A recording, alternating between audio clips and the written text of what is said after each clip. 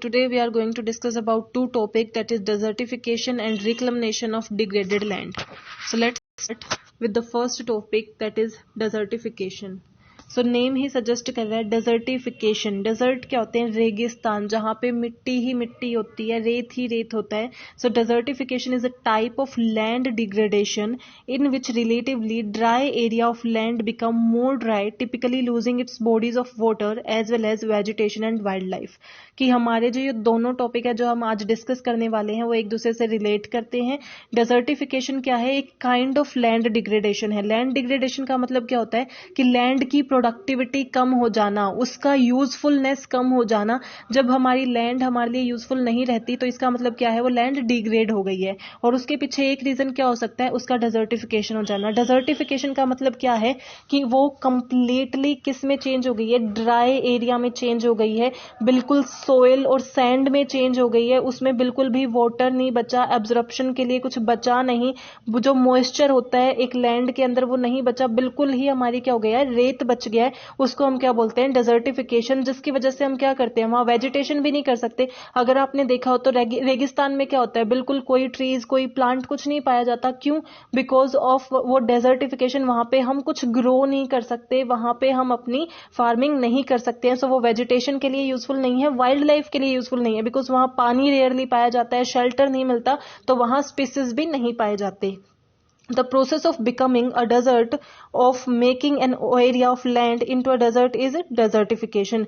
कि एक लैंड जब डेजर्ट बन जाती है या फिर वो कन्वर्ट हो रही है एक डेजर्ट में, दैट इज डेजर्टिफिकेशन. अब उसके कोजेज क्या हैं कि वो बिल्कुल सैंड में क्यों कन्वर्ट हो रही है, कि हमारी लैंड इतनी ड्राई क्यों हो रही है? उसके पीछे कोजेज क्या हो सकते हैं? फर्स्ट इज ड्रोट, सूखा पड़ने की वजह से, यानी कि रेनफॉल नहीं हो रही है. अगर बारिश नहीं आएगी तो मॉइस्चर नहीं रहेगा लैंड के अंदर, तो हमारा डेजर्टिफिकेशन हो सकता है. या फिर जो ड्रोट, सूखा, यानी कि सिर्फ बारिश की वजह से नहीं होता, वो अदर जो हमारा वाटर, जो हमारी अर्थ के अंदर वाटर है वो भी वहां कम हो जाए, उसकी वजह से भी ड्रोट कोज होती है. Then climate shift, climate change हो रहा है, क्लाइमेट में बहुत ज्यादा टेम्परेचर हाई हो गया है. अगर टेम्परेचर हाई होता है तो सनलाइट ज्यादा होती है, जिसकी वजह से वो जो हमारी लैंड के अंदर जितना भी मॉइस्चर होता है उसे सोख लेती है और डेजर्टिफिकेशन को कोज करती है. Then tillage for agriculture.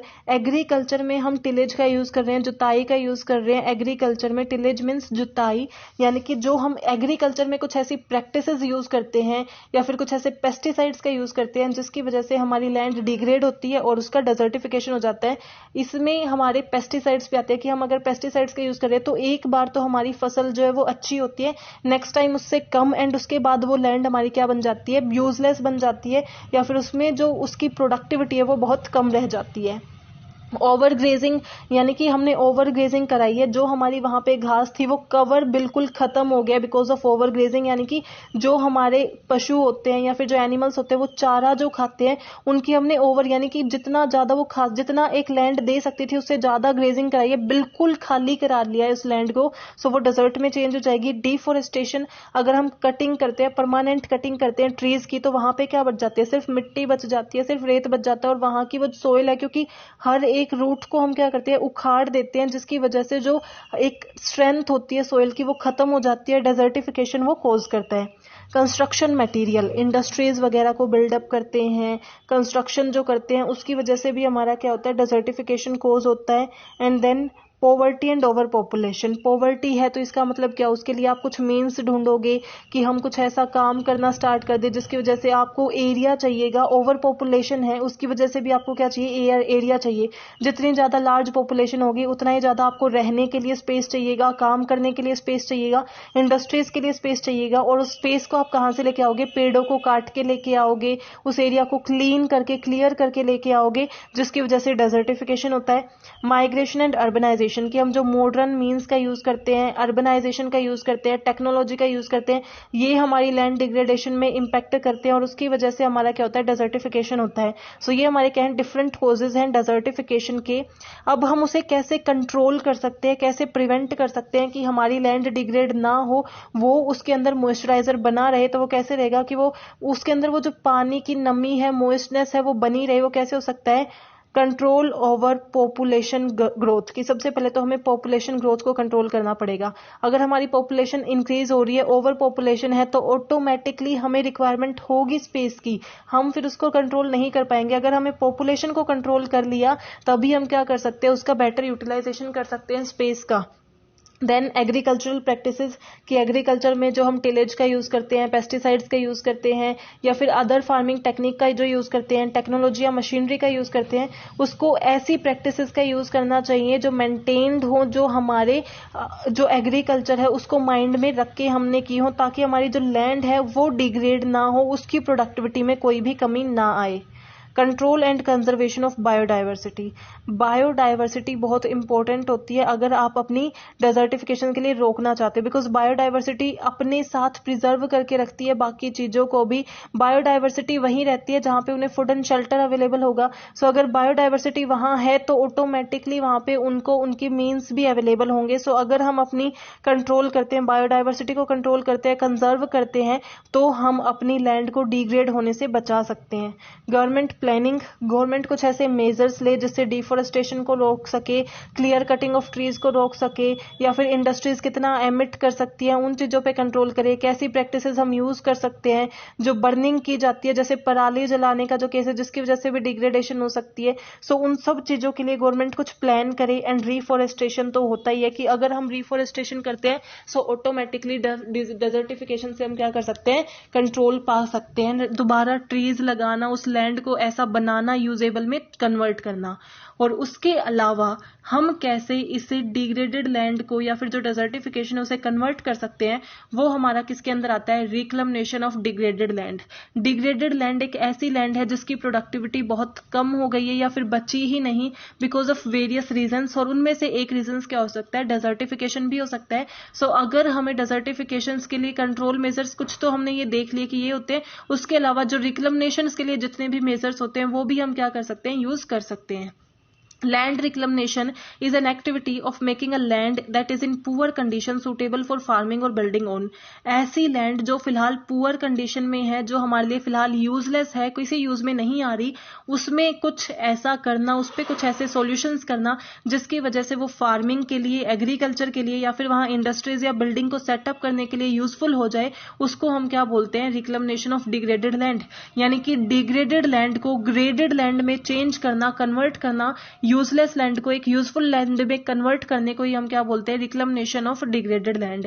It include rehabilitation and reconstruction of land so that it will be usable for some activities.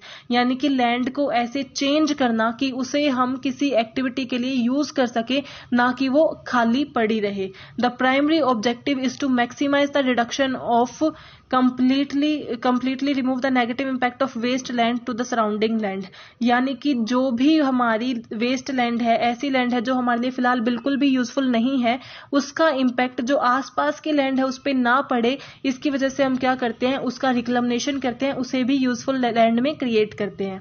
अब रिक्लेमेशन के लिए हमारी क्या प्रोसेस होती है, सबसे पहले हमें क्या करना चाहिए, जिस भी लैंड को हम रिक्लेमेट करना चाहते हैं, चाहे वो वेट लैंड है यानी कि उसमें बहुत ज्यादा एक्सेस अमाउंट ऑफ वाटर है कि हम वहां इंडस्ट्री या फिर कोई बिल्डिंग सेटअप नहीं कर सकते बिकॉज पानी ही इतना है कि स्टेबिलिटी नहीं है, या फिर बिल्कुल ड्राई है जैसे कि हमारे डेजर्टिफिकेशन में होता है। सो कौन सी लैंड को हमें ठीक करना है, रिक्लेमेट करना है, उसके लिए सबसे पहले हमें क्या करना होता है, गोल सेट करने होते हैं। हमारे शॉर्ट टर्म गोल क्या है और लॉन्ग टर्म गोल क्या है। शॉर्ट टर्म गोल में क्या आ सकता है, to ensure fast revival of the degraded ecosystem, कि हम फास्ट रिवाइवल करना चाहते हैं, जो हमारी डिग्रेडेड लैंड है उसे बेटर बनाना चाहते हैं। और लॉन्ग टर्म में क्या है, जो बेटर बनाया वो सस्टेन रहे, ऐसा नहीं कि आज हमने उसे रिक्लेमेट किया, एक साल बाद वो फिर से वैसे ही डिग्रेडेड हो गई। उसकी डिग्रेडेशन को ऐसे कंट्रोल करना चाहिए कि वो कम से कम हमारी फ्यूचर में फिर से देन गोल सेट करने के बाद सेकंड स्टेप क्या आता है, the site should be connected with appropriate drainage system to ensure that the area can support the resorted ecosystem, कि उसमें एक एप्रोप्रिएट ड्रेनेज सिस्टम कनेक्ट कर देना चाहिए। अगर उसमें बहुत ज्यादा पानी है लैंड के अंदर तो उसको हम ड्रेन कर लेंगे, अगर उसमें पानी नहीं है, मॉइस्चनेस नहीं है, तो उसके अंदर हम ऐड कर देंगे। If the soil is depleted in certain nutritions, कि अगर हमारी सोइल में जो न्यूट्रिशंस होने चाहिए जैसे फॉस्फोरस है या कुछ ऐसे न्यूट्रिशंस जो उसके अंदर होने चाहिए वो नहीं है, तो हम उन्हें क्या करेंगे, ऐड करेंगे। इनिशियल स्टेज पे ही हम क्या कर देते हैं, न्यूट्रिशंस को ऐड कर देते हैं। उसके बाद हमें क्या करना होता है, सोइल सैलिनिटी एंड सोइल एल्कनिटी को हमें क्या करना होता है, मेंटेन करना होता है, यानी कि वो ज्यादा सोल्टी ना हो, उसके सोल्ट को आइडेंटिफाई करना होता है। जिस लेवल पे हम रख सकते हैं उस लेवल को मेंटेन करना होता है ताकि वहां पे प्लांटेशन किया जा सके। Then organic matter need to be added. उसके बाद हम क्या करेंगे, सबसे पहले हमने क्या किया, गोल सेट किया, फिर ड्रेनेज देखा कि पानी ऐड करने की जरूरत है या रिमूव करने की जरूरत है। देन उसके बाद हमने उसमें क्या किया था, न्यूट्रिशंस को ऐड किया, देन उसकी सोल्टीनेस को देखा। देन हम क्या करते हैं, उसके अंदर ऑर्गेनिक मैटर को ऐड करते हैं, और उसके बाद हम ये देखते हैं कि इस लैंड पे कौन सी स्पीसीज होनी चाहिए। बिकॉज मैंने ये बोला था कि एक प्लेस के लिए स्पीसीज भी उतनी ही इंपॉर्टेंट होती हैं प्लांट्स के साथ साथ। सो वो कौन सी स्पीसीज होनी चाहिए, उनको सेलेक्ट करना, वहां पे प्रेजेंट कराना। और एक्सोटिक यानी कि बाहर से लाए गए जो स्पीसीज है उन्हें हमेशा अवॉइड करना चाहिए, क्योंकि अब वो मिल जाएंगी। अगर उनकी रिक्वायरमेंट हमारी उनकी हैबिट बन गई तो फ्यूचर में अगर हम वो नहीं ला पाए तो लैंड पे इंपैक्ट आ सकते हैं। सो एक्सोटिक को हमें क्या करना चाहिए, अवॉइड करना चाहिए। The next step is it is extremely important to use the assistance and knowledge of local people. वहाँ के आसपास के जो लोग हैं, लोकल पीपल हैं, उन्हें उस लैंड के बारे में ज़्यादा इन्फॉर्मेशन होती है। बिकॉज उन्हें पता है, वो वहाँ पे रहते हैं कि ये कितनी यूजफुल है, किस तरीके से रिएक्ट करती है, क्या नेचर है। सो उनसे इन्फॉर्मेशन लेनी चाहिए उसके टेक्सचर के रिगार्डिंग, उसके नेचर के रिगार्डिंग, ताकि आप बेटर उस पर प्रोसेसिंग कर सको। और फाइनल स्टेप क्या होता है, restoration in long term monitoring. एक बार करने के बाद उसे लॉन्ग टर्म उसकी मॉनिटरिंग करते रहो ताकि वो सस्टेन करे, लाइफ टाइम यूज होती रहे। सो सबसे पहले हमने क्या किया, गोल को सेट किया, उसके बाद ड्रेनेज, उसके बाद हमने क्या किया, न्यूट्रिशंस को ऐड किया, सोल्ट को देखा, ऑर्गेनिक मैटर को ऐड किया, स्पीसीज को हमने डिटरमाइन किया, एंड देन उसके बाद लोकल पीपल की हेल्प से लॉन्ग टर्म सस्टेनेबिलिटी के लिए रख दिया। सो ये हमारा क्या था, रिक्लेमेशन ऑफ डिग्रेडेड लैंड, कि हम कैसे हमारी डिग्रेडेड लैंड को रिक्लेमेट करते हैं। अब उसके अंदर हम क्या क्या मेथडोलॉजी यूज कर सकते हैं। मेन मेथड्स हमारे क्या है रिक्लेमेशन के लिए, एडिंग ऑफ ऑर्गेनिक मटेरियल, जो हमने देखा ही था, अपनी प्रोसेस में भी आ रहा है कि हमें ऑर्गेनिक मैटर को ऐड करना चाहिए, जो आर्टिफिशियल चीजें उन्हें रिमूव करने की कोशिश करनी चाहिए। प्रॉपर और अप्रोप्रिएट फर्टिलाइजर का यूज करना चाहिए जो डिग्रेडेशन ना प्रोवाइड करे, इवन जो हमारी फर्टिलिटी है सोइल की उसे इंक्रीज कर दे। Maintenance by erosion and pollution control, erosion और पोल्यूशन कंट्रोल करना चाहिए, सोइल इरोजन वहां ना हो उसे कम रखना चाहिए, और पोल्यूशन को भी कंट्रोल करना चाहिए, वाटर पोल्यूशन, सॉइल पोल्यूशन, उसे रिमूव कर देना चाहिए। Correction end of contamination of soil, कि अगर सॉइल में कोई कंटेमिनेशन है, कोई मिलावट है या फिर कोई कमियां है, उसे करेक्ट करना चाहिए। और एडजस्ट एयर वाटर रिलेशन, की कितनी एयर होनी चाहिए सॉइल के अंदर, कितना वाटर होना चाहिए, उसे मेंटेन करना, उसका इक्विलिब्रियम एडजस्ट करके रखना चाहिए। I hope you are clear with this topic. If you have any doubt please mention in comment section. Thank you, keep supporting, don't forget to like, subscribe and share my channel.